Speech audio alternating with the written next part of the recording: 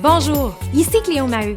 J'ai la chance d'accompagner depuis des années des entrepreneurs dans la croissance de leur entreprise et j'avais envie de créer un podcast Histoire d'hypercroissance où on prend le temps d'échanger, de comprendre leur parcours souvent atypique et je prends même le temps également d'y inviter des experts qui viennent décortiquer la croissance de ces entrepreneurs-là, mais surtout de comprendre la différence qu'ils font dans la vie des gens. Dans cet épisode, j'ai le bonheur d'échanger avec Marie-Noëlle Hamelin et Vicky Boudreau qui sont à la tête de Bicom, une entreprise qu'elles ont cofondée il y a 16 ans déjà. Alors, elles nous parlent vraiment de toute la nouveauté et tout ce qui entoure la relation publique et tout ce qui est le marketing d'influence. Elles nous démystifient un peu tout ça parce qu'on sait que pour nous, les entrepreneurs, c'est pas toujours facile de comprendre à quel endroit je dois investir de mon temps et de l'argent. Mais ce sont deux femmes avec une expertise extraordinaire, très complémentaire dans leur approche, qui nous parlent vraiment des meilleures pratiques avec les tendances actuelles. Donc, sur ce, je vous souhaite une bonne écoute.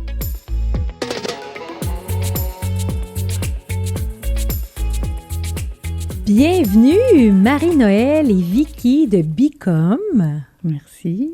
Allô. Contente de vous avoir ici. Écoute, nous autres, quand on se voit, on a plein de choses à jaser. Vraiment. Vraiment. Et là, en plus, je suis très heureuse d'avoir le duo. OK? Donc, toutes les deux à la tête de Bicom, qui a fêté dernièrement ses 16 années.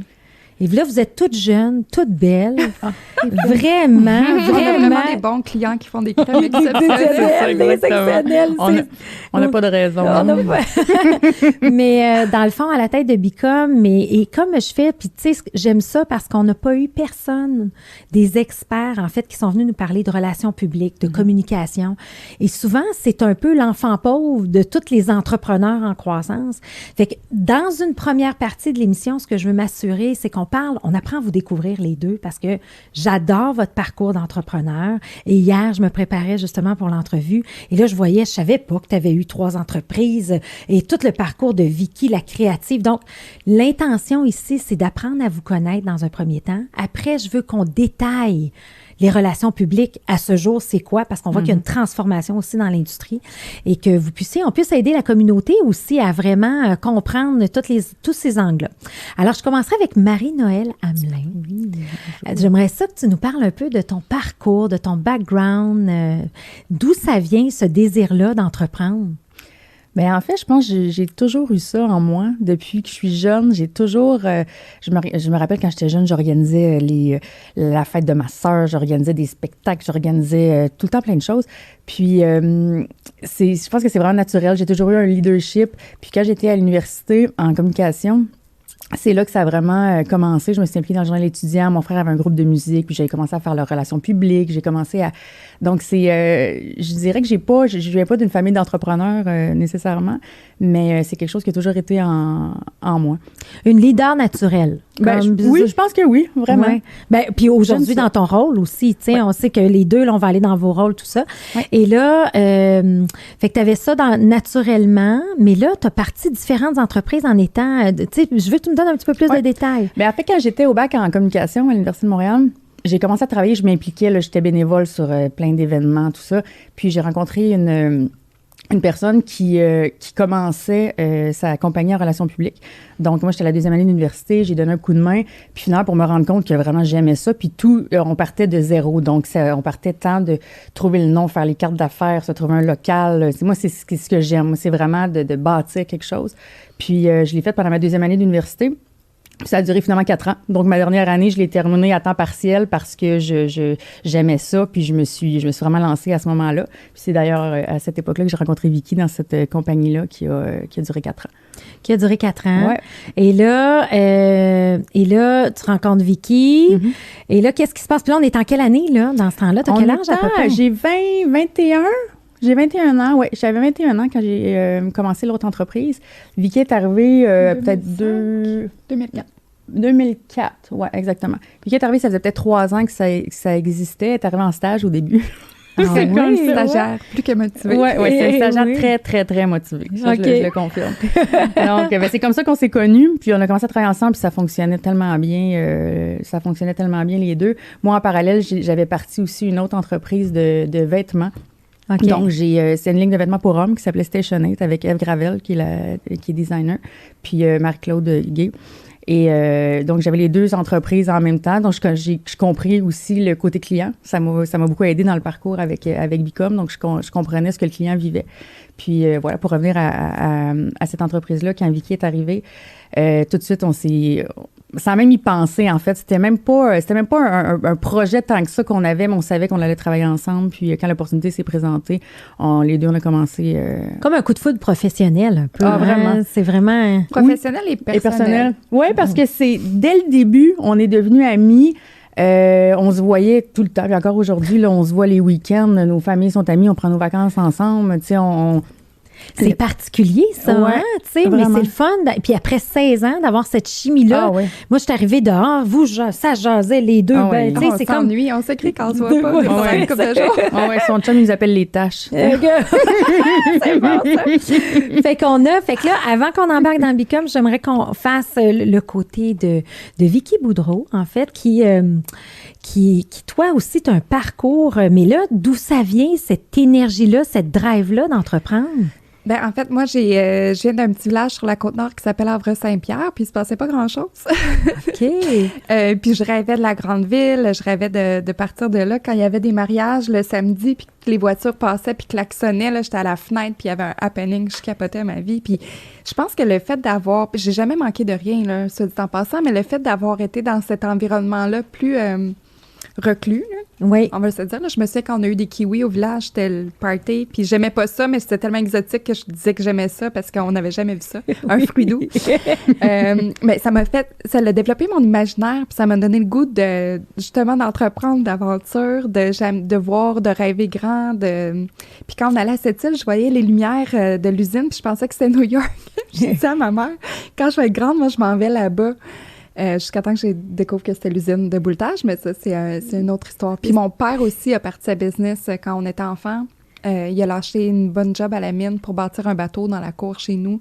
Quand tout le monde crevait de faim pour la pêche, lui avait entendu parler sur des quais en Nouvelle-Écosse que les Japonais commençaient à s'intéresser aux crabes. Fait que tout le processus de voir une tendance, de travailler, de bâtir un plan de match. Puis lui, il a très bien réussi dans ce milieu-là, quand personne n'y croyait. Fait qu'il m'a beaucoup coaché aussi à me dire qu'il n'y avait rien d'impossible si on y mettait l'effort. Fait que j'ai été très chanceuse. Je pense que mon père m'a beaucoup, beaucoup influencée dans... Je sais pas si c'est de la naïveté ou de la confiance ou un heureux mélange des deux, là, mais de ne pas avoir peur de me planter. Puis au pire, j'ai plus peur de ne pas l'essayer souvent. Ouais. Oui, c'est ça, hein? Mais ce qui est bien en soi. Tu sais, on s'entend que c'est ça, les vrais entrepreneurs. Il ne faut pas avoir peur on dit fail, là, tu sais, il faut en vivre, là, tu sais, des grands défis et tout ça. Puis, ça le fait quoi, dans le fond? Toi, à quel moment tu es arrivée en ville, Vicky? Non, tu sais, moi, je suis partie en Italie à 17 ans. Okay. Quand je rêvais de partir loin, là, j'ai vu une opportunité d'aller étudier là-bas. Puis à ce moment-là, on était déménagé à cette île, qui était une ville... Ma mère trouvait que c'était mieux parce qu'il y avait une bibliothèque, il y avait plus de services culturels. Puis pour elle, c'était important. Donc, je suis partie étudier là-bas. Puis ensuite, je suis arrivée à Montréal, au Collège La Salle. J'avais encore 17 ans ou j'arrivais à 18 ans à peu près, là. OK, mais partir avec ton pack-sac 17 ans? Ah non. C'était organisé. J'allais dans une famille là-bas. Ma soeur est allée en Équateur. Ma cousine, qui est comme ma soeur, est allée au Mexique, au Chiapas. Moi, je m'en allais en Italie quand même. OK, J'avais choisi mon pays. J'allais à l'école près de Milan. OK, je doutais que si je travaillais en mode plus tard, de parler italien me servirait. Puis je me ferais des contacts aussi là-bas. Fait que... C'est comment, à 17 ans, arriver dans cet environnement-là? Je sais pas si sans Internet, je laisserais mes filles partir à cet âge-là. Oui. J'ai fait les clubs fermés à 5 heures du matin à Milan. Ah, on apprend ça, moi aussi, hein? Oui, hein? Mais je suis devenue responsable rapidement. Ah ouais, vraiment. Oui. Ah ouais, vraiment. Puis après, il y a tout le côté culture. Là, je me dis, on est 52 millions en Italie. Je vais à l'église tous les dimanches avec la famille où j'étais. On fait ci, on fait ça. Puis là, je reviens au Québec. J'ai trouvé ça plus dur de revenir. Puis là, je me disais, est-ce que c'est eux qui ont raison par la force du nombre? Oui. Dans ma tête de jeune fille, disons. Puis là, ici, on est juste 6 millions, puis on fait ça. C'est qui a raison, dans le fond? Puis après ça, de trouver mon chemin dans ce que j'allais garder de cette expérience-là, puis ce que j'allais C'est ce que j'allais laisser de côté. Là. Ben oui. Ah, tout un parcours quand même intéressant. Fait que des entrepreneurs nés qui faisaient ça à l'université, on a beaucoup d'entrepreneurs qui ont fait ça. Puis c'est ça, je me rends compte, quand on parle des entrepreneurs puis leur parcours atypique, là, il y a toujours quelque chose qui se passe, qui amène une lumière. Puis à un moment donné, tu te dis, regarde, c'est ça. Mais c'est l'instinct aussi beaucoup. Puis je pense que Vicky et moi, même les choix qu'on a faits, puis moi, depuis toujours que j'ai eu envie de faire des projets, c'est vraiment, on dirait qu'on le sait naturellement. Si faut tourner à gauche, il faut tourner à droite. Il y a quelque chose qui se passe quand tu as l'esprit entrepreneurial. L'intuition est forte. Hein? Exactement. L'intuition est forte. Oui, vraiment. Ah, génial. Fait que là, tu fais tes études, Collège La Salle en mode, c'est ça? Oui, en design de mode. J'étais pourrie en couture. Le prof m'attendait, ça me prenait 4 heures faire une fermeture éclair, puis elle m'aimait bien, elle me trouvait sympathique, fait qu'elle me gardait, elle me donnait tout le temps. Mais dans les cours de tendance, de marketing, j'étais très bonne. Moi, choisir les couleurs, créer des concepts, créer un happening autour d'un événement, c'était vraiment ma force. Donc, j'ai des profs qui avaient vu ça en moi puis qui m'ont convaincue d'aller à l'université, à l'École supérieure de mode de Montréal, qui était comme un nouveau programme à l'époque où j'ai fait marketing, gestion, production de la mode. C'est comme ça, c'est dans le cadre de ce programme-là que j'ai fait un stage où j'ai rencontré Marina. Ah, dans ta compagnie de vêtements, c'est ça? Non, c'est une agence de relations publiques. OK, aussi. Fait que toi aussi, tu avais terminé tes études puis tu travaillais là. OK. Non, en fait, c'est l'agence que moi j'avais. OK, fait que là, parce que tu as eu plusieurs, tu as eu les vêtements, plus tu as eu l'agence. Oui, c'est ça. OK. Avant Bicom, j'avais cette agence-là et la ligne de vêtements. Puis Vicky, c'est dans cette agence-là. J'ai même fait les ventes des vêtements pendant une période. J'ai tellement trouvé ça difficile, mais j'ai appris beaucoup aussi d'aller frapper aux portes avec les échantillons, de me faire des grosses commandes, moi, que je célébrais le soir, puis je me faisais canceller quand on livrait, ils voulaient plus. Crash course. C'était 101. C'était une belle période. Une belle période. Alors là, coup de foudre de rencontres, d'amitié et de maintenant partner. Fait que comment est né Bicom? Ben en fait, c'est né l'agence dans laquelle on travaillait à cette époque-là. Moi, quand je me suis dissociée, c'était clair que c'est ça que je voulais faire. C'était clair que c'était avec Vicky que je voulais le faire. Donc, honnêtement, au départ, on n'avait même pas de plan de match. On a commencé sur un bureau. On avait le même bureau, en fait. Un téléphone entre nous deux. That's it, dans le local de ma ligne de vêtements. Okay. Donc, ça a vraiment commencé comme ça. Puis, on a commencé à avoir des clients assez rapidement, donc à s'organiser assez rapidement. Puis, ça a été très, très organique comme départ, un peu imprévu, mais ça a parti vite. Puis, le fait qu'on faisait tout aussi, là. Oui, ça a fait ça. Aujourd'hui, quand les gens rentrent en fonction chez Bicom, par exemple, ils ont un descriptif de tâches assez clair avec ce qu'ils font puis ce qu'ils font pas. Nous, on faisait tout. Oui. Puis on travaillait soir et week-end, comme n'importe quelle start-up, j'imagine. Oui. Fait qu'on, je sais pas. On faisait autant. Ah oui, c'était une super belle période parce que, tu sais, on apprenait sur le tas. Puis je pense que quand Vicky tantôt parlait de la notion d'échec, on n'avait pas du tout cette peur-là. T'sais, on se faisait les dents, puis on n'avait pas peur de tomber. On se disait, ben, à la limite, si ça marche pas. En fait, je pense même pas qu'on s'est déjà dit ça. À la limite, si ça marche pas, on avançait, puis on se disait, ben, on va, au fur et à mesure que ça avançait, en fait, on trouvait notre créneau, on trouvait nos clients. Puis, c'est ça. Au départ, c'était vraiment, on faisait de la facturation, on rédigeait des communiqués de presse, on organisait des événements. Dans une journée, là, on faisait des photocopies au même titre qu'on passait le balai, au même titre qu'on pitchait à un nouveau client, au même titre qu'on travaillait avec des journalistes. Mais comme les vrais entrepreneurs, on touche à tout. Vraiment. Et là, ce qu'on doit dire à nos auditeurs, c'est que vous avez commencé avec un bureau, un téléphone, mais là, vous venez d'avoir pignon sur rue sur Saint-Hubert. Oui. Fait que moi, j'aime toujours ça, voir la corrélation 16 ans plus tard. Puis je tiens à préciser qu'on est toujours dans le même bureau. Oh, oui. Oui, les tâches sont toujours ensemble. Oui, c'est ça. Ah, mais c'est bien ça. Mais c'est bien. Ouais. Alors, fait qu'il y a tout un parcours d'ici là. Fait que là, parlez-moi un peu du nom de Bicom. Parce que vous êtes deux ou, tu sais, je sais pas, je la connais pas à l'origine. C'est vrai. OK, c'est bon. Il y a une multitude de raisons. Il y a plusieurs raisons, c'est ça. Mais en fait, moi, j'ai un surnom depuis toujours, quand j'étais jeune, qui était Biquette. OK. Ouais, il y a des gens qui pensaient que c'était mon nom de famille et c'est devenu Bic. Donc, les gens qui me connaissent depuis le secondaire, encore aujourd'hui, m'appellent Bic. OK. Puis là, bon, c'est une compagnie de communication. Fait qu'on a fait, c'est mon chum à l'époque qui a fait Bicom, puis Vicky, son nom de famille, c'est Boudreau. On était deux. Puis après, on faisait communication et marketing déjà. Moi, j'avais étudié en marketing, fait qu'on mesurait notre travail. Tu sais, à l'époque, les relations publiques, les gens faisaient des cocktails, puis ils espéraient qu'il se passe quelque chose. Nous autres, on remettait des rapports quantifiés. Je pense que c'est une des choses aussi qui nous a distingués au début. Fait que là, on disait c'est communication, marketing, les deux. Puis là, quand on a ouvert à Toronto, les gens étaient comme « Oh, bilingual! » Puis on était comme « Ben oui, tout à fait! » Ben oui. Bicom, ça peut bien sonner aussi. Donc, c'est vraiment une suite de... Puis Bicom aussi, quand on le dit en français, ça fait... En anglais, c'est « devenir ». Oui. Fait qu'il y avait quelque chose dans propulser les marques, faire connaître nos clients.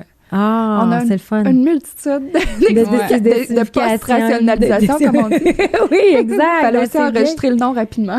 Oui, il y avait ça aussi. Facteur temps, mais c'est bien, non? C'est bien, c'est simple, c'est court, c'est vite, tu sais. Je trouve qu'aujourd'hui, 16 ans plus tard, c'est toujours d'actualité, là. Absolument, puis ça le mérite d'être clair. Quelque part, on sait, on sait ce qu'on fait. Exact. Alors là, on commence vraiment 2 entrepreneurs, on fait un peu de tout ça. Ouais. C'est quoi les gros contrats? Parce que, tu sais, j'ai vu votre ligne de temps, là. Il y a quand même des... Tu sais, j'aimerais ça comprendre qu'est-ce que tu fais, là. T'es 2, mais comment tu vas décrocher des gros contrats comme ça? Qu'est-ce qui s'est passé? Il y a une bonne histoire, en fait, avec un de nos clients qui est Safilo, qui est un distributeur de montures haut de gamme. Donc, Gucci, Prada, etc. Puis, à l'époque, il avait lancé les montures de Banana Republic. Donc, nous, notre travail, c'était de faire connaître les verres fumés Banana Republic. Donc, on reçoit les informations, on lance ça à travers le Canada. À l'époque, c'était un de nos premiers clients pan-canadiens. Ouais. Et là, on a des super belles retombées. Tout se passe bien, mais là, je vois sur l'afficheur, en plus, à l'époque, je vois que Gap nous appelle. Fait que là, je me dis, oh non, tu sais, il y a eu un malentendu parce que nous, on fait Banana Republic qui appartient au groupe Gap, mais via le distributeur de lunettes. Fait que là, on va avoir des problèmes. Fait que là, je réponds. Puis là, finalement, c'est l'équipe de Gap à Toronto qui disent, waouh, on a tellement de belles couvertures. Qui êtes-vous? Qu'est-ce que vous faites? Wow. Ouais, ça, c'est un cadeau du ciel. J'ai des frissons, tu sais. 13 ans plus tard. Puis là, finalement, ils nous donnent Old Navy, qui est comme à l'époque le nouveau brand plus jeune, tout ça. Puis finalement, on a gagné, ça s'est bien passé, on a gagné Banana Republic puis Gap, qui ont été nos clients pendant 14 ans. Vraiment. Mais je me rappelle aussi cette fois-là, quand on avait rencontré la cliente elle nous avait, on avait fait une soumission, puis c'était un montant mensuel qu'on soumissionnait. Puis elle pensait, ou on ne sait pas trop si elle pensait que c'était juste un seul montant ou si c'est qu'elle nous faisait pas confiance, mais elle pensait que justement on était des petites jeunes, fait qu'on savait pas trop ce qu'on faisait, puis on chargeait pas cher et tout. Puis finalement, on lui avait dit non, c'est on avait donné les vrais tarifs que ça coûtait, puis on s'était pris au sérieux. Là, on avait eu quand même du je dirais pas du guts, mais oui, là. Oui. Parce que quand on avait dit non, c'est chaque mois, puis elle avait dit ah, OK. Puis on dirait qu'elle avait, je sais pas si ça nous avait donné une certaine crédibilité à ses yeux, qu'on n'était pas juste 2 jeunes filles de 20 quelques années qui prétendent. Non, tu te rappelles-tu? C'est vrai. Ouais. Ah, ça, c'est beau parce que cette cliente-là, récemment, j'ai publié sur LinkedIn un post à propos de notre histoire, puis elle a écrit, je me souviens quand je vous ai rencontrés au Starbucks il y a 15 ans. Tu sais, elle, puis pour, tu sais, que certains de nos clients soient contents de notre succès quand ils ont été avec nous depuis le début, moi, ça me touche tellement, là. Ça fait du bien, hein, tu sais, de bâtir. Puis, tu sais, je pense qu'on est dans cette business-là de service, tu sais, d'avoir... moi, il y a des clients avec qui je travaille, tu sais, depuis 15 ans, là, puis je les aime d'amour, là, ces clients-là. Tu développes des relations, ça devient des gens que tu connais, que tu côtoies, puis il y a quelque chose de beau de voir évoluer autant notre entreprise que la leur, tu sais, puis on grandit ensemble aussi, là, tu sais, vous n'êtes pas à la même place qu'il y a 15 ans, mais ça vaut la peine de voir l'évolution. Et là, dans la suite des idées, fait que ça a dû être un beau projet signature pour le départ de Bicom. Complètement. Puis ensuite, il y a quelqu'un de chez Gap qui a parlé de nous à quelqu'un chez Coca-Cola, qui a parlé de nous à quelqu'un chez Johnson & Johnson. Fait que là, on est comme rentré dans un autre... dans un autre format de client, je peux dire, qui avait des exigences que nous, on n'avait jamais vues. Il fallait remplir des fichiers Excel de résultats, on s'arrachait les cheveux. Avec les KPI, on ne savait pas c'était quoi des KPI. C'est ça, le mot KPI, on ne le comprenait pas. Ça, pour les auditeurs qui ne savent pas, Key Performance Indicator, indicateur de rendement clé. Exactement. Exact. Puis là, nous, au début, sauf que ce qui a été bien d'avoir des clients aussi structurés rapidement, c'est que nos pratiques sont devenues vraiment organisées. Pour une jeune entreprise, rapidement là, on faisait vraiment bien les choses. Comme dit Vicky, fake it until you make it. Work it until you make it. Mais en fait, c'est le fun. C'est d'avoir le guts, right? C'est juste Non, mais d'avoir exactement, c'est qu'on n'avait pas peur. Tu sais, quand je dis souvent, il y a des clients qui arrivaient, puis on était super confiantes dans nos moyens. On le sait qu'on était capable de livrer, mais des fois, c'était plus gros que ce qu'on avait fait. Des fois, on n'avait pas nécessairement cette expérience-là, mais on se faisait confiance, puis on se disait tout le temps, non, on va trouver la façon, on va trouver. Donc, c'est pas fake it, c'est work it. OK, c'est correct. Ouais, work it, exact. J'agace Marino parce que j'ai lu ça récemment, qu'il faut pas dire fake it. J'avais envoyé parce qu'on dit tout le temps ça. Parce que dans le fond, quand on le fake puis on réussit, c'est qu'on travaille 14 fois plus. Ah non, mais exact. oui. C'est vrai, mais c'est vrai que c'est le work. Ben, derrière tout ça, c'est toujours du gros travail. Ben, exactement, parce que c'est sûr qu'on a quand même, je veux dire, notre expertise, on la connaît, on la maîtrise, puis ça nous arrive on va dire non si on n'est pas capable de le faire, mais dans la mesure où ça reste dans notre carré de sable, on s'organise toujours pour y arriver. Absolument. Puis, ça nous a bien servi, Ada. Complètement. Oui. Puis c'est quoi des beaux projets signatures là, que vous vous rappelez, ou des belles campagnes, ou des choses que vous avez faites là, que vous êtes fiers? Là? Ben moi, si on est encore dans le fake it until you make it, il y a eu un événement à Montréal qui s'appelait le World Congress of IT en 2012. OK. Puis là, il fallait faire une conférence de presse internationale. Puis Larry King était le speaker. Et on devait préparer ses messages clés. Puis là, il fallait trouver un système téléphonique qui allait permettre aux journalistes à travers le monde d'embarquer sur la conférence. Écoute, c'est toutes des choses qu'on n'avait jamais faites, là. On n'a pas dormi beaucoup, puis finalement, ça a été un franc succès. Larry King a lu les notes exactes qu'on avait préparées. Je pensais que j'allais me liquéfier dans mon sac. Puis les journalistes se sont branchés. On a utilisé le réseau des bureaux du Québec à l'international, qui, eux, ont des services de presse. En tout cas, on a trouvé des façons d'aller rejoindre les journalistes ailleurs. Ça a été tout un Paulina qui a travaillé là-dessus. Ça a été toute une aventure...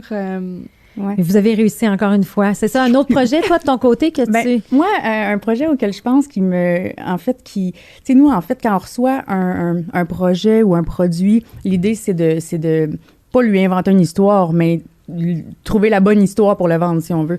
Puis je me rappelle, on avait une ligne de sacs qui... C'était pas super fashion. Donc, pour les magasins de mode, c'était un peu difficile à placer. Puis, il y avait un sac à souliers. Puis il était super beau, il était vraiment beau. Puis il sortait du lot, mais en même temps, c'était pas du tout ils voulaient pas pousser le sac à souliers. Puis là, on leur avait dit, mais non, mais moi, je pense que là, c'est le temps des fêtes. Puis là, Vicky, on avait rédigé un communiqué de presse, puis on avait relancé un peu, on a décidé de placer la tendance des sacs à chaussures. Quand vous allez dans vos parties de Noël, on le positionnait comme le must cette année, que le sac à chaussures revenait donc et tout. Puis ça avait tellement marché, il y avait des sacs à chaussures partout. Puis là, bien, c'est sûr que ça linkait vers le site Internet. Donc là, les gens allaient sur le site, puis ils voyaient l'éventail des produits, puis les ventes ont été moussées et tout. Donc même si l'objectif, c'était vraiment de vendre leur sac à main, on a pris le sac à chaussures pour aller amener les sacs de volume. Puis je me rappelle, cette fois-là, on était comme, OK, tu sais, on était là, OK, on n'invente pas des nouvelles, mais on est capable de créer quelque chose. De créer quelque chose. Ouais, de créer des tendances, exactement.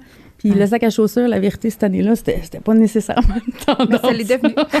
Ça l'est devenu, mais pourquoi pas? Ça revient un petit peu à ton père, hein, qui t'a dit faut voir les tendances, faut voir. Fait que là, vous autres, vous aviez innové là-dessus. Et là, d'autres beaux projets sur lesquels vous avez travaillé, parce que là, à un moment donné aussi, dans l'histoire, il y a un bureau à Montréal, mais il y a un bureau à Toronto qui arrive. Fait que là, j'aimerais ça vous entendre aussi là-dessus, là. Ben en fait, nous, on a toujours fait on a toujours offert nos services sur l'ensemble du Canada, mais à partir de Montréal. Puis, sauf que l'idée, c'était aussi d'aller chercher, d'être dans le loop des appels d'offres, si on veut, sur le Canada anglais, les compagnies qui arrivent au Canada, ou bon, c'était surtout des agences de Toronto. Donc, on s'était dit, puis éventuellement ouvrir notre bureau là-bas. Et on avait commencé à travailler avec certaines agences là-bas et c'était tellement pas la même façon de travailler. C'était beaucoup plus corpo. C'était pas du tout notre signature à nous, si on veut. Mais on s'est quand même inspiré, évidemment. On a travaillé avec eux, avec des agences ponctuelles pendant 1 an ou 2 pour comprendre la façon de travailler. On allait sur le terrain, on travaillait avec eux et tout, jusqu'à ce qu'on décide de partir notre propre projet à Toronto. Donc, c'est une de nos employées d'ici qui est partie en congé de maternité.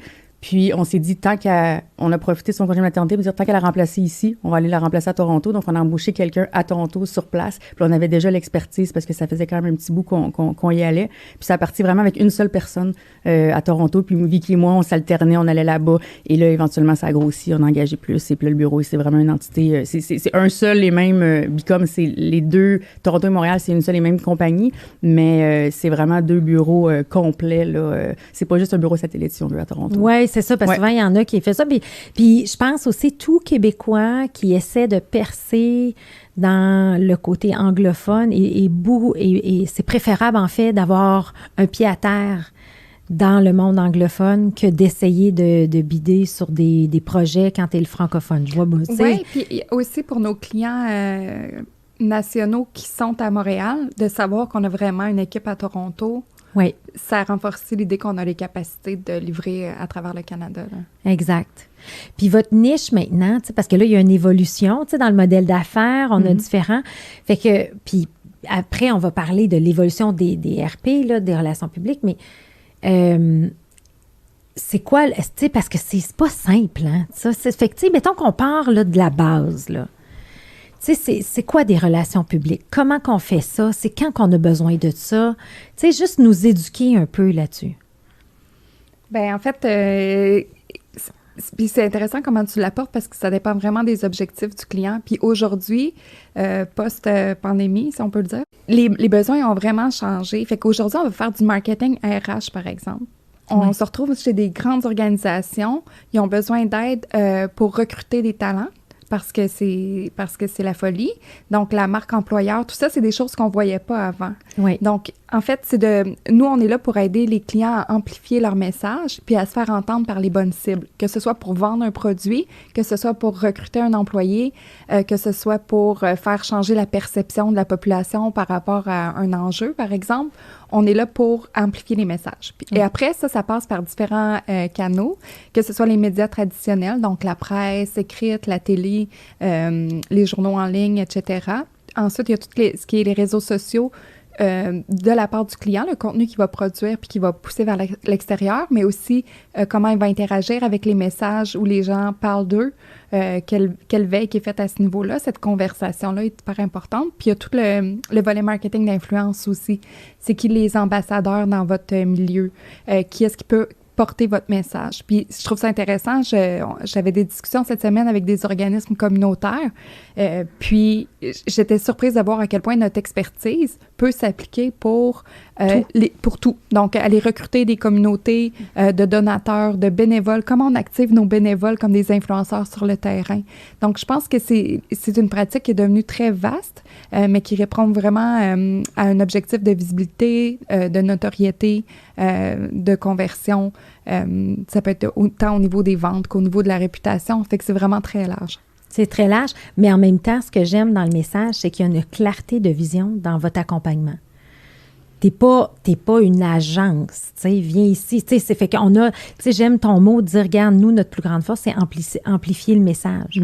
Comme moi, je vais accompagner les clients dans l'hypercroissance, mais après, tu veux pas doubler ton chiffre d'affaires, mais tu veux doubler ton profit, tu es un OSBL, puis tu veux doubler tes dons, bien, toute ma méthode va s'appliquer pareil, tu sais, fait que c'est un peu ça, vous avez développé votre propre méthode, puis c'est ça, vous êtes très créative aussi, on l'a senti, là, tu sais, dans ce que vous avez parlé, fait que cette approche-là d'amplifier le message, tu sais, comment ça se vit chez Bicom? Comment vous êtes structuré maintenant?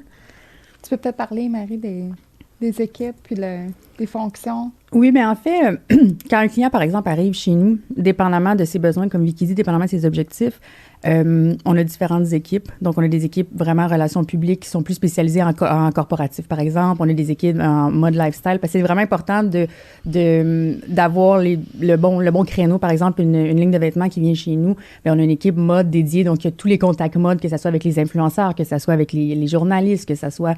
Donc, Il y a une expertise pour chaque peut-être créneau un peu, oui, absolument. Okay. Parce que nous, c'est vraiment, en fait, c'est vraiment des contacts. Nous, c'est vraiment ce qu'on offre, si on veut. Là. C'est vraiment le réseau de contacts, que vous avez bâti à travers toutes les années. Exactement. Puis là, quand tu parles d'amplifier, accélérer, c'est-à-dire que moi, j'ai un sac à chaussures, puis là, il faut que je fasse de quoi, puis je suis pas capable, je sais pas par quel bout le prendre. Je vais aller vous voir, puis vous allez être capable de mettre ça.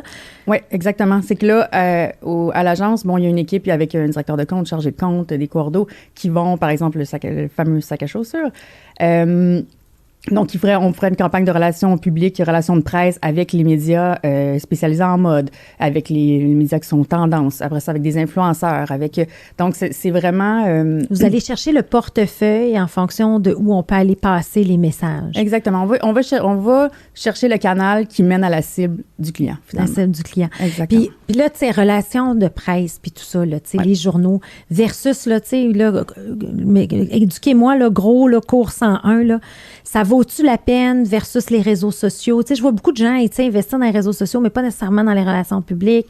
Tu sais, c'est quoi les nuances? Là, je comprends qu'il y a le client cible, vous allez me dire en bout de ligne, là, mais j'aimerais vous entendre là-dessus, tu sais, l'espèce de différence de ces canaux-là. Tu sais, on dirait qu'il y en a, là, tu sais, communiqué de presse, à part quand mes clients vont faire des acquisitions, là, ils vont prendre une firme de relations publiques, mais moi, je vois tellement plein de potentiel, fait que juste que vous m'en parlez un peu. Bien, je pense que ça dépend vraiment de l'objectif. Si l'objectif, c'est de rassurer une compagnie qui est publique, de rassurer qu'elle est en bonne main, bien là, on va faire un profil avec le CEO, avec le CFO, peu importe c'est quoi la nouvelle à annoncer. On va mettre ces choses-là de l'avant.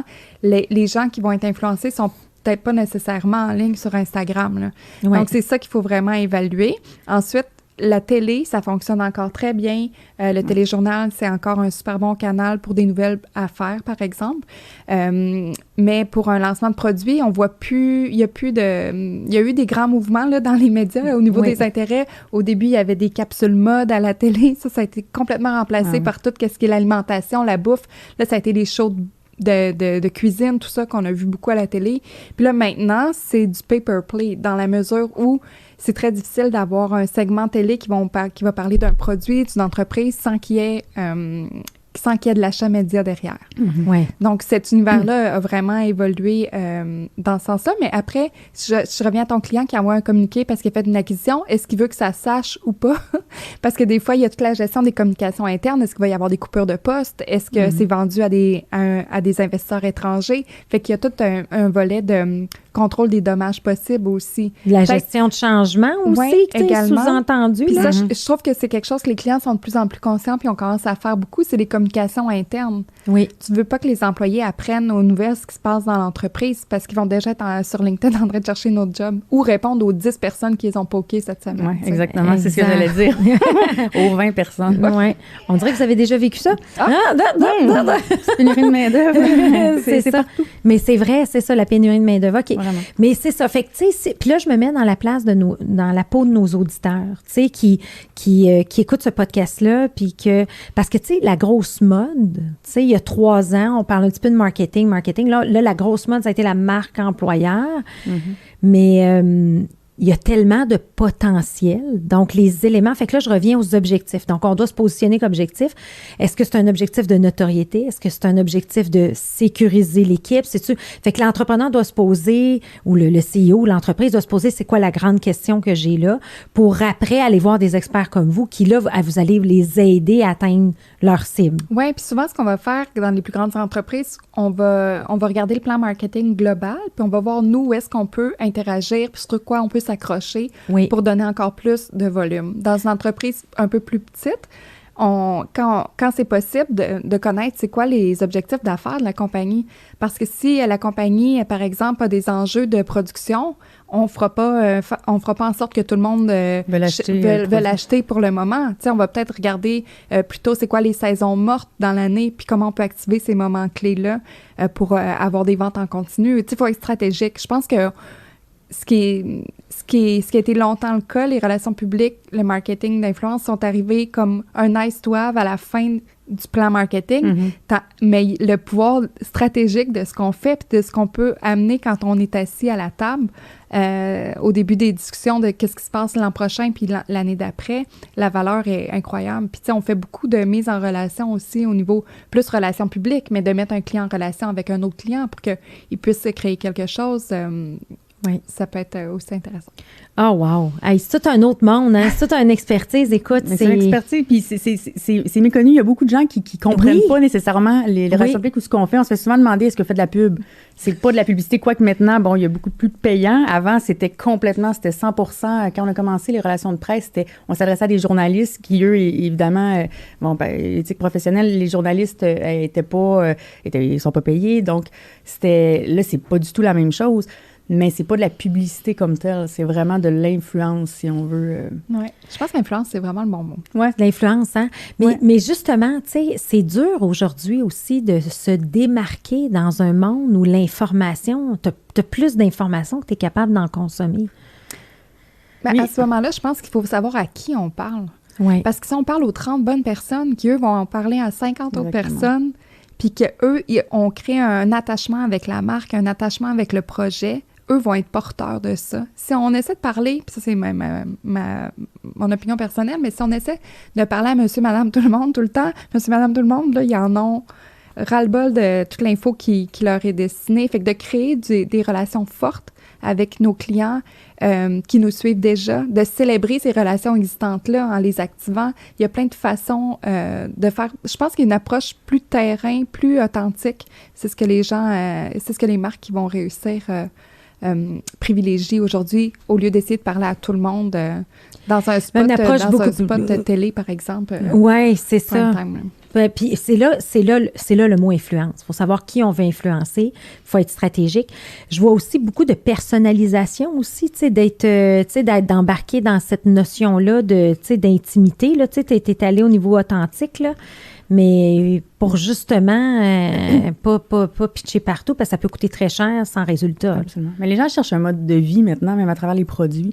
Ouais. Donc, c'est sûr que ce qu'on veut, c'est s'adresser à la personne cible, mais en s'intéressant à ce que cette personne vit. Donc, on ne veut pas lancer à l'âge. C'est vraiment plus dans la qualité que dans la quantité. Puis souvent, je me rappelle, on disait à des clients, je me rappelle entre autres une fois, un client, on lui avait soumis, on ne soumet pas nos listes de presse nécessairement, mais on lui disait à peu près qui on allait viser, puis il disait, telle agence nous propose 25 fois plus de noms. Oui, mais c'est pas important. Il ne faut pas s'adresser à 1000 personnes nécessairement différentes. Il faut s'adresser juste aux bonnes personnes.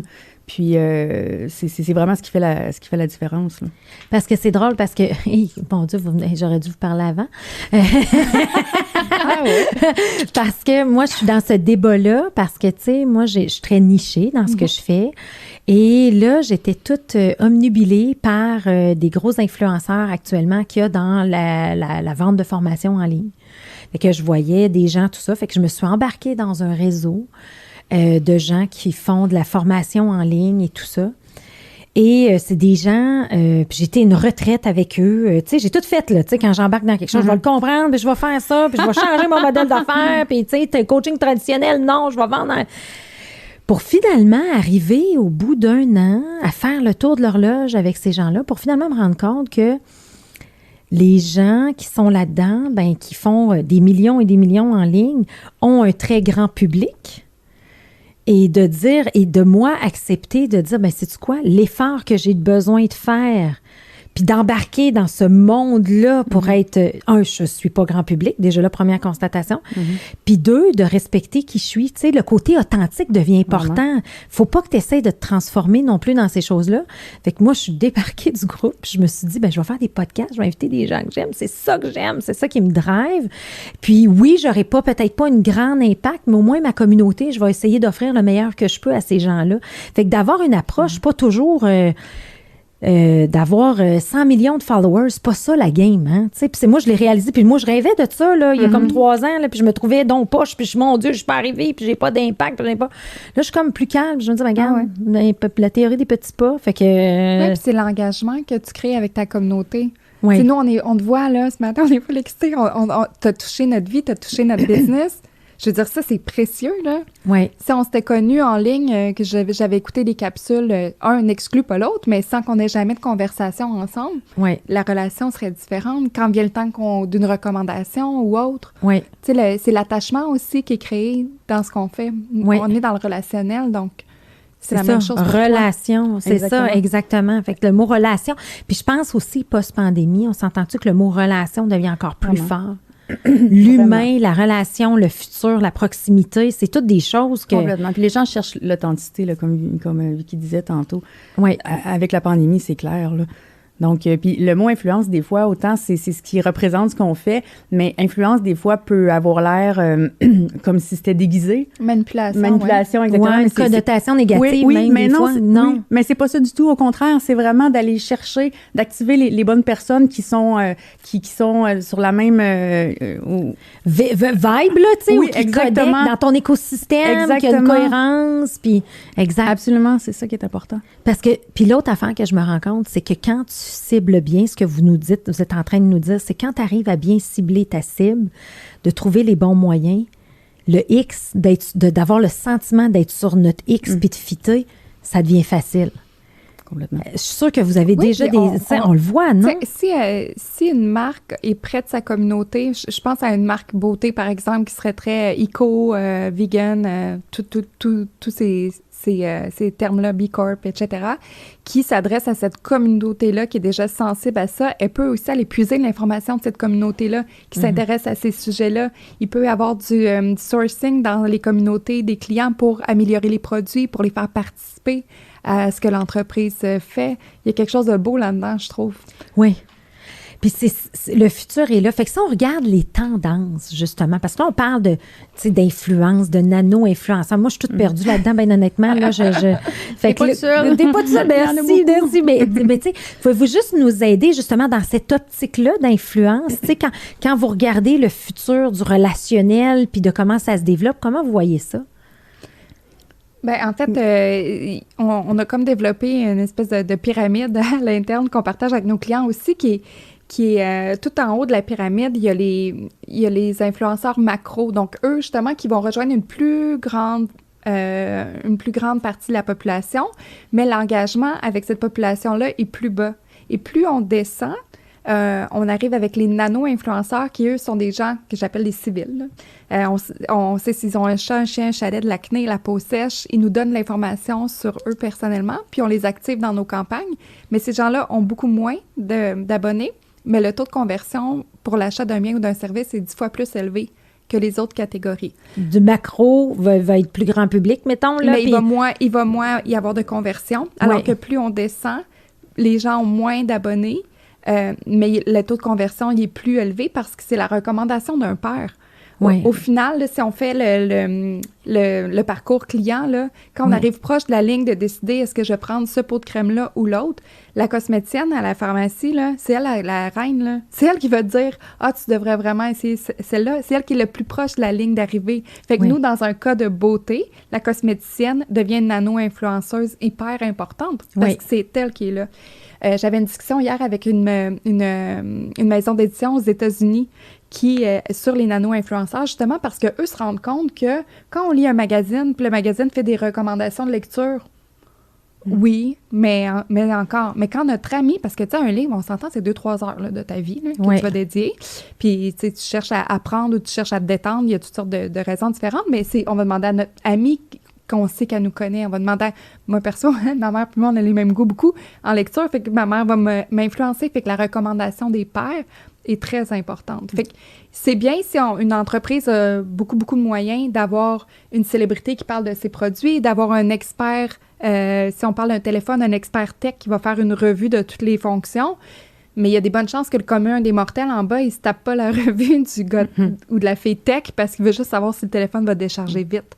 Oui. Fait que pour moi, je pense que dans un monde idéal, on active chacune de ces sphères-là parce qu'elles correspondent à différents objectifs, que ce soit de la notoriété ou de la conversion en bas. Ouais. OK. Mais, puis c'est que les nanos, par exemple, c'est des relations de confiance. Comme Vicky dit, quand un ami, un collègue nous fait des recommandations, la personne, on la connaît personnellement, on a confiance en son jugement, en ses goûts. Donc, la conversion est beaucoup plus importante là, que souvent des personnalités, par exemple, qu'on ne connaît pas. C'est bon pour la notoriété, effectivement, mais sinon, les gens cherchent vraiment l'authenticité, puis veulent faire confiance à quelqu'un, puis ils savent que sa mère n'est pas payée pour dire que le livre est bon. Ouais. Donc, c'est important aussi. Il y a ça aussi, hein, puis moi, c'est un petit peu ça, là, quand j'ai été dans la sphère de découvrir le online, là. Ouais. Puis moi, je regarde que je travaille d'arrache-pied depuis des années à traduire des livres, puis que j'y mets tout mon cœur, puis de voir qu'il y a des contenus rapides, puis on va entre nous, des fois vides, là, tu sais, ils sont très, très bons dans la masse, l'impact de masse, mais je me dis, l'impact réel sur l'humain, l'impact réel sur la transformation, qu'est-ce qui me vend? Il me vend du vent, tu sais, des fois, je sens ça. Fait que là, je le comprends bien que d'être dans un monde de nano-influenceurs, c'est que tu es beaucoup plus dans ton propre, peut-être, écosystème rapproché, puis là, les gens vont te faire des références, puis tu es dans l'authenticité, tu n'as pas l'impression de te faire pousser de quoi que tu n'as pas de besoin. Puis, non, exactement. C'est ça. Puis ces gens-là, comme on disait, on connaît comme ils ont un chien, un chat, un chien, un chalet. Donc, c'est sûr que si un client vend de la nourriture pour chien, ben les gens qu'on active, ils ont tous des chiens, donc ils sont tous intéressés de facto par le produit. Je pense qu'on a 150 vegans, 75 personnes intolérantes au lactose. Si une compagnie de crème glacée sans lactose se met sur le coin de la rue, tough luck de savoir qui va passer puis qui a vraiment besoin du produit. Oui. Alors que là, on peut vraiment cibler exactement... Puis ces gens-là, souvent dans leur propre communauté, ils ont des gens comme eux. Ben donc, c'est intéressant. Écoute, c'est toute une science en soi quand on pense à ça. Là. C'est comme, c'est sans fin. Ça repose sur la recommandation d'un père qui doit être l'affaire. Je vais le dire, là, je le vole à un de mes amis avec qui j'enseigne au HEC, qui est en Amérique pour ne pas le nommer. Il présente une slide qui parfois fait sursauter, mais il est allé à Pompéi.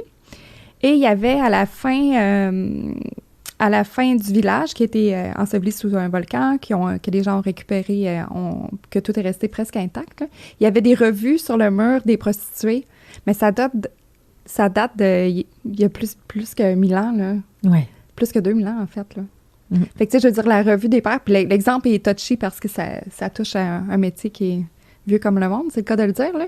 Mais je veux dire, ces recommandations-là des pères, ça existe depuis toujours. Puis les gens ont besoin d'avoir confiance.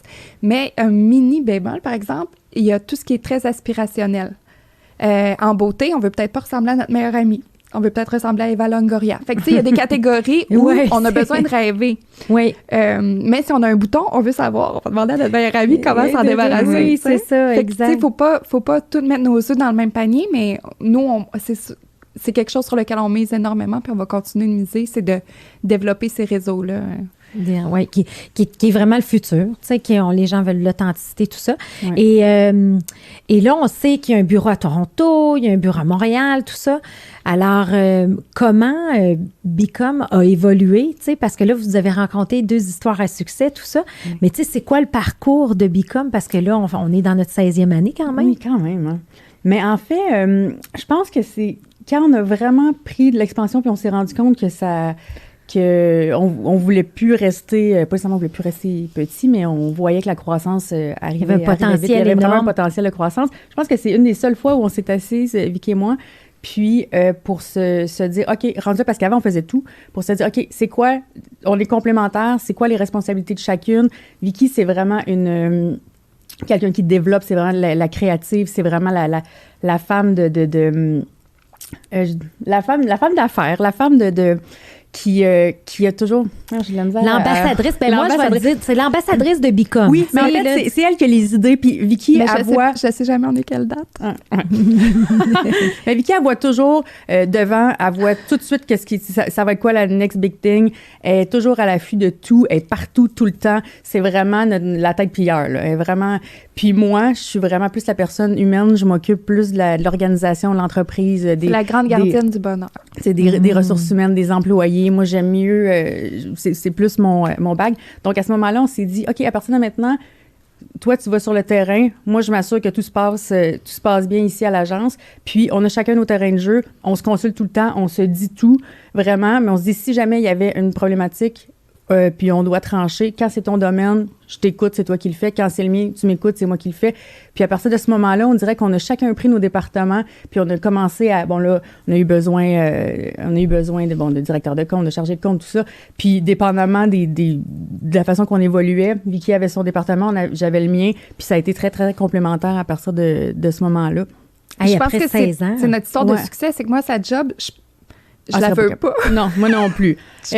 Moi, j'arrive au bureau des fois en legging, puis je passe ma journée assise à parler avec tout le monde, puis Vicky, elle arrive avec son petit foulard, puis elle a des rendez-vous. Talon dans l'avion, là. C'est ça, elle a des rendez-vous un après l'autre, puis tu sais, c'est vraiment, mais c'est parfait parce que les deux, on veut pas la job de l'autre, puis les deux, moi, je l'admire, j'ai une admiration extraordinaire pour elle, pour ce qu'elle fait, puis l'inverse est aussi vrai, puis on se fait confiance. Donc, elle sait que quand elle ramène un compte à l'agence, ça va se passer, tu sais, puis elle sait que les employés vont livrer, vont être bien traités, donc elle a la tête tranquille pour aller démarcher, puis moi, de mon côté, ben je le sais qu'elle va continuer à faire rouler. Puis moi, je m'assure que... Donc, c'est vraiment Mais vous avez dit 2 mots. Ouais. La confiance est là et la complémentarité. Oui, complètement. Exactement. Parce que moi, je le vois, là, quand j'ai 2 associés, mais qui portent le même chapeau, là, ça évolue pas bien.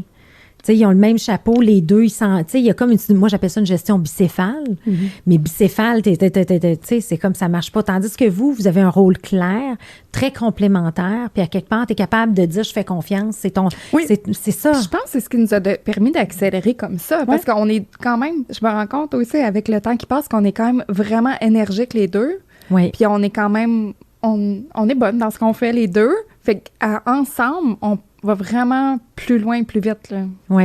Puis on est... puis on se back, tu sais, si moi, je vois quelque chose ou je pense quelque chose qui est dans ma sphère à moi, Vicky, naturellement, toujours est derrière moi. C'est la même chose. C'est par exemple, pour le bureau de Toronto, ça, c'est le meilleur exemple. Tu sais, c'est Vicky à la base qui est là, OK, je pense qu'il faut qu'on ouvre à Toronto, hein. Puis là, une fois que moi, je sens qu'on est rendu là, ben c'est moi qui le prends en charge, puis c'est moi qui va l'ouvrir, mais c'est son idée, puis c'est elle qui va le développer. Donc, c'est vraiment, on arrive à... Je fais arriver les choses qu'elle pense, finalement.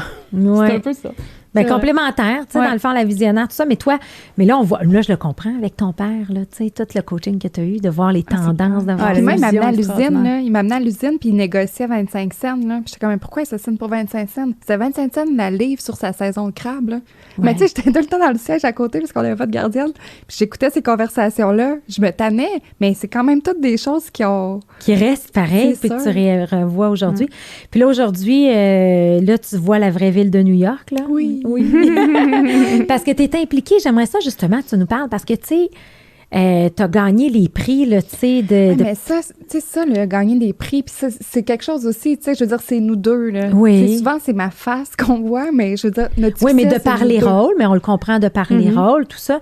Mais, tu sais, je veux dire, t'as les Fast Grow Company, en tout cas, tu sais, il y en a plein, là, tu sais, de RP, moins de 40 ans, tu sais, vous avez eu... Fait que parle-nous un peu de ça, tu sais, ça fait partie de votre domaine quand même, c'est une belle fierté. Oui, puis moi, ce que j'aime, puis on a fait ça depuis nos débuts, c'est que je regardais les concours, soit d'entreprise ou d'entrepreneurs, tout ça, puis je regardais c'était quoi les critères de sélection. Fait que moi, sans appliquer, là, je me dis, OK, bon, ben pour être une entreprise en croissance, voici les indicateurs de performance, nos fameux KPI, on y revient. Oui. Là, je me dis, bon, ben ça, c'est des choses sur lesquelles qu'on devrait ne serait-ce que considérer. Oui.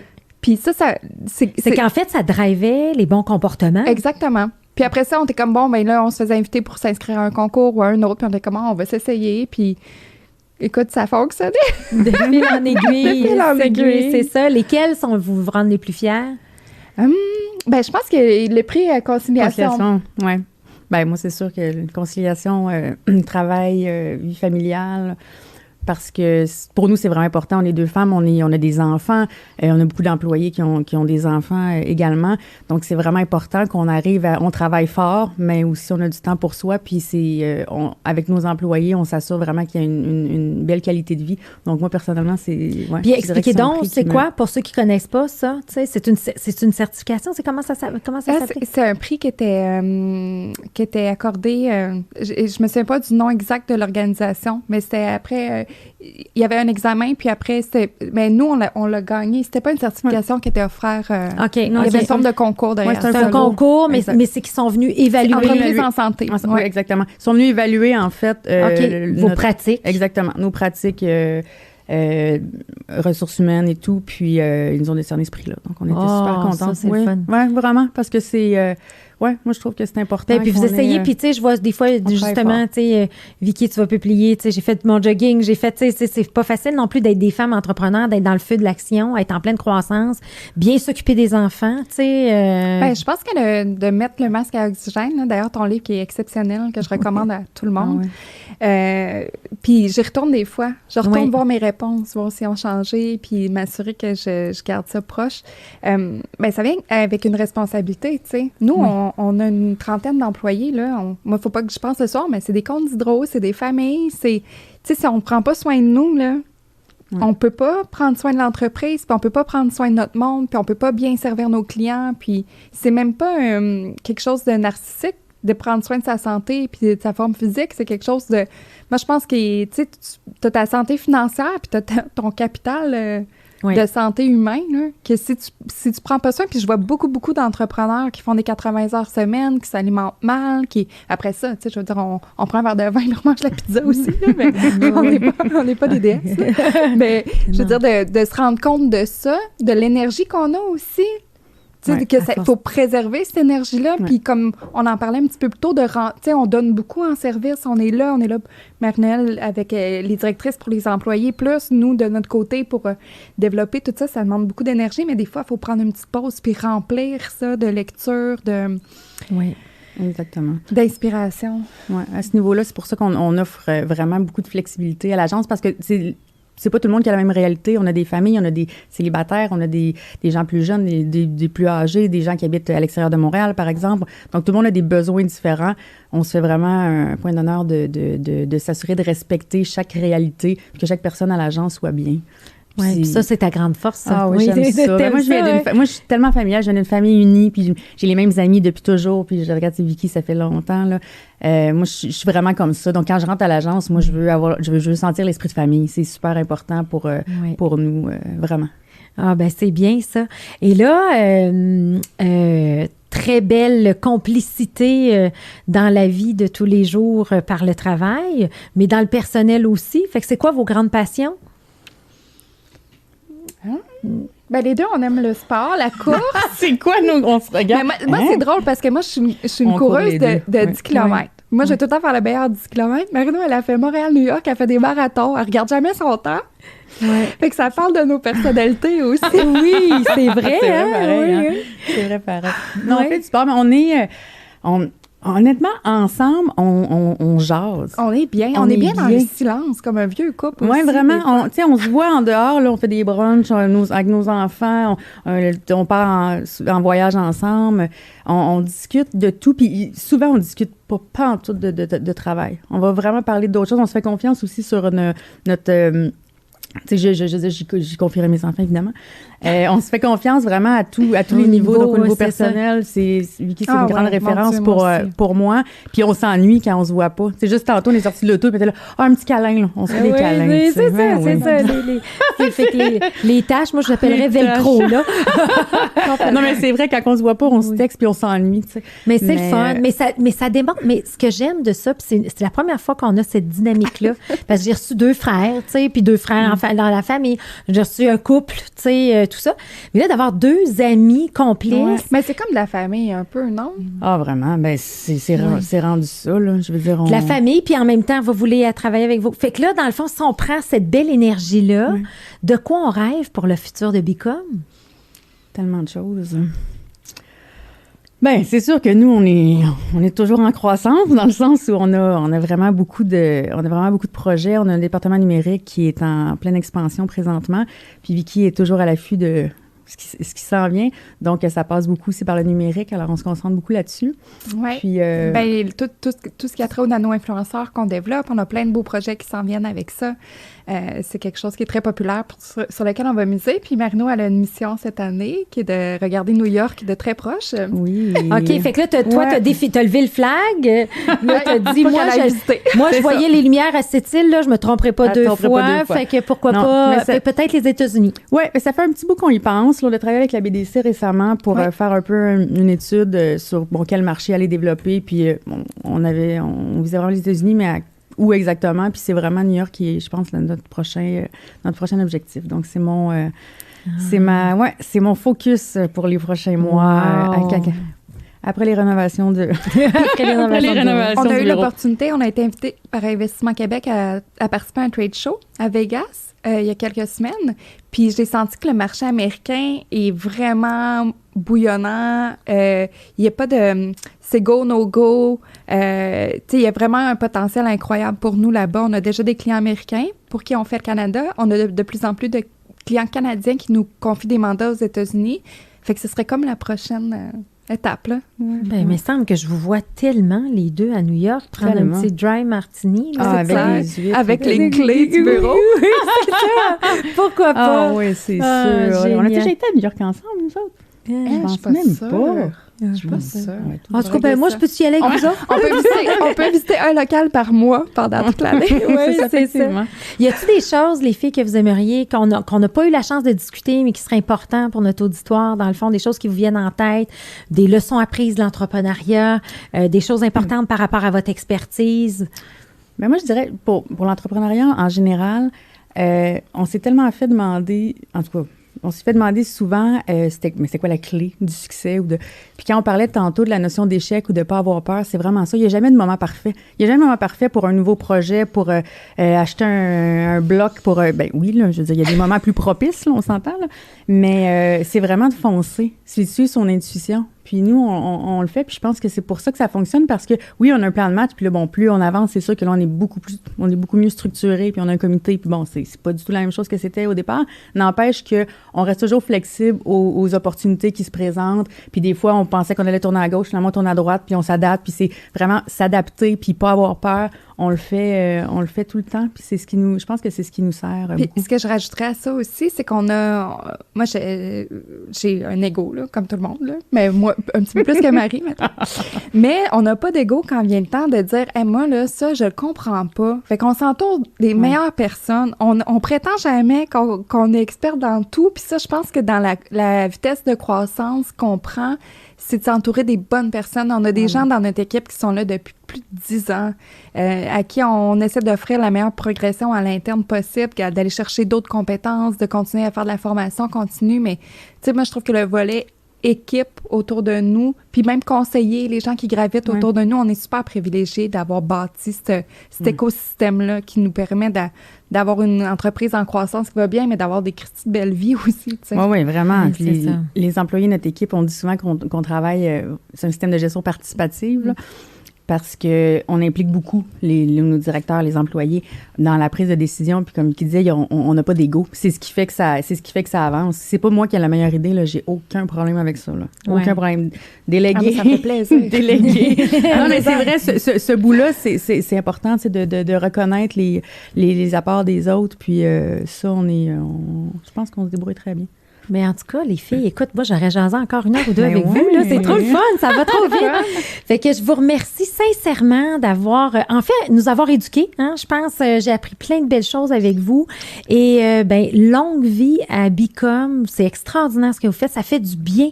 C'est rafraîchissant de vous voir, votre belle complicité, les deux. Donc, merci beaucoup. Oh, merci à toi, Cléo. Vraiment, on apprécie.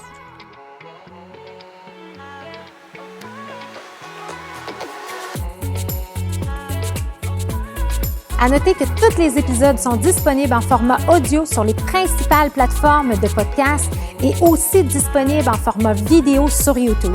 Si ce podcast vous a inspiré, sachez que vous pouvez retrouver tous les outils utilisés par ces entrepreneurs à travers une boîte à outils que j'ai cumulée au fil des années. Tout simplement vous rendre sur hypercroissance.com/outils. Pour en savoir plus sur Hypercroissance, n'hésitez pas à nous suivre sur les réseaux sociaux. On partage une panoplie d'informations, d'articles, d'outils pour vous aider dans votre croissance sur les réseaux sociaux. Et si ce podcast vous a plu, je vous invite à le partager avec quelqu'un à qui ça pourrait être utile. Merci et à bientôt.